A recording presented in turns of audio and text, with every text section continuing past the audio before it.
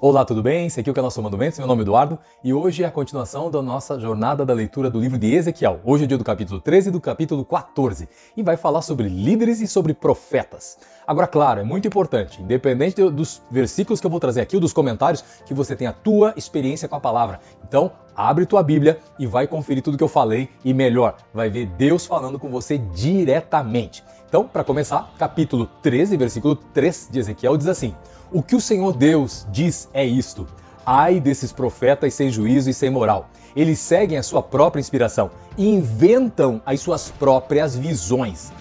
Aqui está muito simples a análise de que Deus está batendo e batendo com força naqueles homens, ou se fosse nos dias de hoje, homens e mulheres, que simplesmente falam de visões que eles têm, ou que elas têm, tanto faz, e que simplesmente não tem nada a ver com uma inspiração divina, ou uma ordem divina, ou uma instrução divina, enfim, não tem. Tem a ver somente com aquilo que eles querem falar, ou elas querem falar.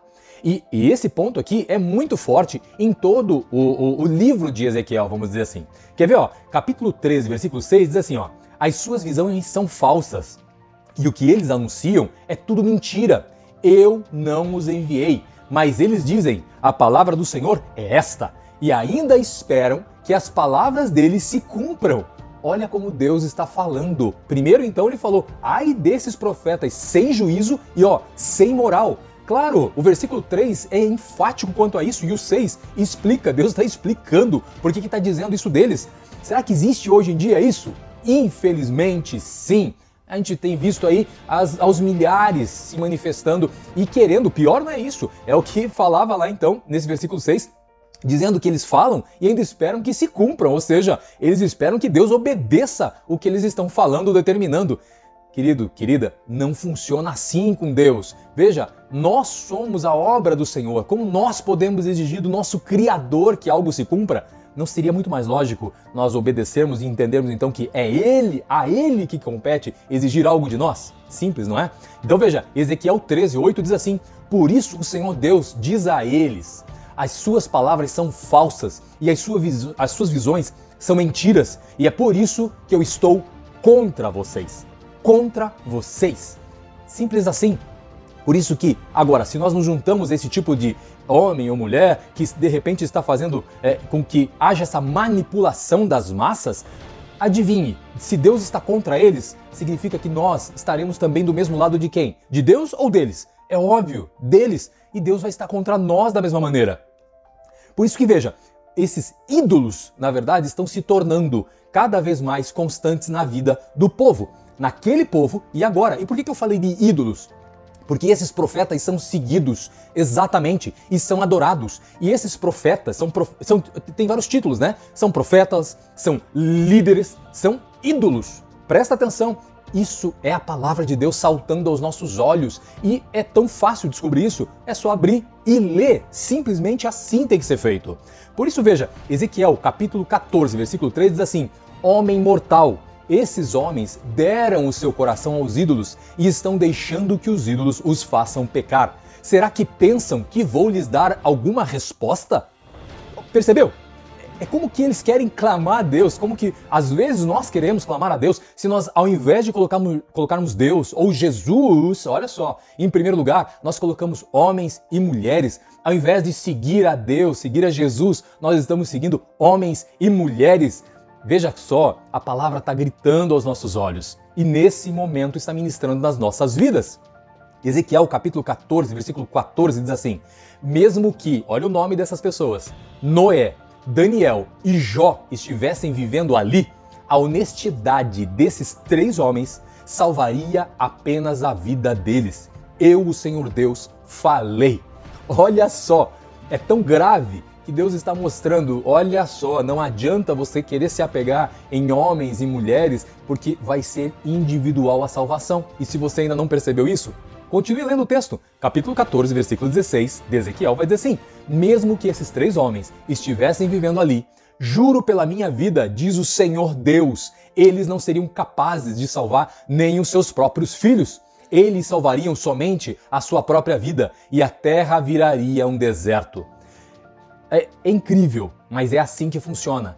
Salvação é individual. Não adianta se apegar e correr atrás de homens ou de mulheres, de revelação ou de profecia, ou como se fala, de profetada, porque a palavra de Deus ela é muito clara. Importa o que o Senhor ministra na nossa vida. Ir atrás de homens, ir atrás de mulheres, significa dizer que a gente simplesmente vai ir atrás de decepções. Isto porque nós temos uma natureza falha. O único que é infalível é Jesus. Ou nós chegamos a Ele, ou nós chegamos a homens falíveis. Por isso que nós somos tão decepcionados. Ou estamos tão decepcionados, e por conta disso nos afastamos. É impressionante, a gente se afasta às vezes quando somos decepcionados da igreja, nos afastamos de pessoas que poderiam acrescentar na nossa vida, mas o grande ponto aqui, eu sei de tudo isso, é que nós não devemos deixar isso de lado, mas nós devemos estar atentos ao que a palavra fala, que nós devemos estar num contexto familiar, de igreja, servindo, buscando, ajudando pessoas juntos, sim, sem dúvida nenhuma, mas presta atenção quem é que você está seguindo. Você tem que estar nesse contexto, mas antes de tudo, seguindo a Cristo em todo momento, porque é Ele que não nos decepciona em nenhum momento, mas Ele nos confronta. Ou seja, é incrível nós olharmos hoje profecias que só falam de prosperidade, que só falam de coisas boas. Só que se você pega a Bíblia e vai ler lá, o que você vai ver? É uma ministração contundente de confronto a homens e a mulheres, e não somente flores, como a gente vê hoje em dia. Então veja, o ponto hoje é que investe-se muito em templos e pouco em tempo com Deus. Quer ver? João capítulo 10 vai falar de Jesus, o bom pastor. Talvez você já tenha lido várias vezes essa passagem, se não, convido, claro, você voltar lá e ler João capítulo 10. Em João capítulo 10, versículo 6, a palavra fala assim, ó, Jesus fez esta comparação, mas ninguém entendeu o que ele queria dizer. E quando a gente segue a leitura, o 10, capítulo 10, versículos 7 e 8, diz assim, então Jesus continuou, eu afirmo a vocês que isto é verdade. Eu sou a porta por onde as ovelhas passam. Todos os que vieram antes de mim são ladrões e bandidos, mas as ovelhas não deram atenção à voz deles.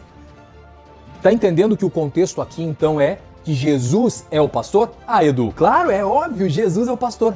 Será que é tão óbvio assim? E por que a gente insiste em seguir homens? Porque homens erram. E pior, quando a gente vê que está errado, a gente continua seguindo. E pior, a gente acha então que há uma aura espiritual, como se houvesse então num escolhido. Mas o único escolhido é Cristo. Nós somos então as ovelhas. Essa é a real. Se você não parou para pensar sobre isso ainda, pare para pensar, medite. Deus nos deu esta capacidade e nos clama, vamos dizer assim, nesse sentido de que clama a nós que a gente use esta capacidade para sermos questionadores e crescermos cada dia mais no relacionamento com Ele. E por conta disso, a gente não pode ser preguiçosos espirituais, esperando sempre só ir, de repente, uma vez, talvez na igreja, para receber uma palavra que a gente sequer às vezes conferiu se era aquilo mesmo e viver então de migalhas. Não, nós temos uma alimentação completa no livro chamado Bíblia. Por isso que, olha como uma passagem pode ser extremamente mal compreendida. Olha comigo João capítulo 10, versículo 10. O ladrão só vem para roubar, para matar e para destruir, mas eu vim para que as ovelhas tenham a vida, e a vida completa. Daí você vai me dizer, quem que é esse ladrão? É Satanás. É mesmo? Será que nesse contexto era Satanás mesmo? Olha ali comigo João 10, os versículos seguintes, 11 a 15. Eu sou o bom pastor dá a vida pelas ovelhas. Um empregado trabalha somente por dinheiro. Ele não é pastor. E as ovelhas não são dele. Por isso, quando vê um lobo chegando, ele abandona as ovelhas e foge. Então o lobo ataca e espalha as ovelhas. O empregado foge porque trabalha somente pelo dinheiro e não se importa com as ovelhas. Eu sou o bom pastor. Assim como o Pai me conhece e eu conheço o Pai, assim também conheço as minhas ovelhas. E elas me conhecem. Eu estou pronto para morrer por elas. E Jesus morreu e ressuscitou por mim e por você. Mas isso tudo que eu li agora mostra uma comparação entre Jesus, o bom pastor, e o mau pastor, e aquelas pessoas que se acham que estão sobre outras pessoas. E pior somos nós, que nos colocamos como ovelhas de ovelhas. Tá entendendo o que eu estou querendo dizer? Porque esse contexto, o ladrão veio para matar, roubar e destruir, está falando justamente daquele mau pastor que está conduzindo mal as ovelhas. Na verdade, ele não é pastor, ele é empregado. Eu acabei de ler aqui nessa nova versão internacional. Simples assim. Você já tinha parado para pensar dessa maneira nessa passagem? Pois é. E aqui veja, mas e Satanás? Pois é, se você ler mais atento ali e prestar atenção, você vai ver. O bom pastor, esses versículos falam então, é Jesus. O empregado, quem que é? É esse mau pastor. E o lobo? O lobo seria Satanás. Então veja, o mau pastor foge. E o lobo, que é Satanás, então vem e arrebata.